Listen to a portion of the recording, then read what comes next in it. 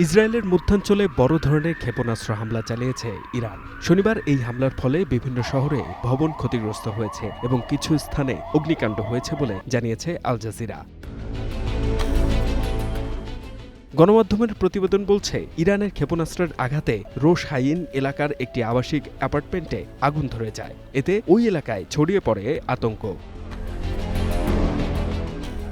এছাড়া পেতাহ তিকবা শহরের একটি ভবন ক্ষতিগ্রস্ত হয়েছে বলে জানা গেছে। একই সঙ্গে তেল আবিবের বিভিন্ন সড়কেও ক্ষয়ক্ষতির খবর পাওয়া গেছে, যার ফলে শহরের দৈনন্দিন চলাচলে প্রভাব পড়তে দেখা যায়। এতে বিপাকে পড়েছে সাধারণ মানুষ। আরব আমিরাতের বাণিজ্যিক রাজধানী দুবাইয়ের সবচেয়ে অভিজাত এলাকা দুবাই মেরিনাতে হামলা চালিয়েছে ইরান। আল জাজিরার প্রতিবেদন বলছে, শনিবার সকালে সেখানে ড্রোন ও মিসাইল ছোড়ে Tehran.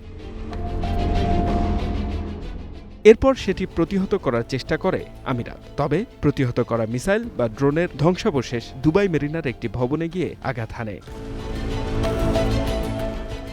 H M Ataullah, one international desk.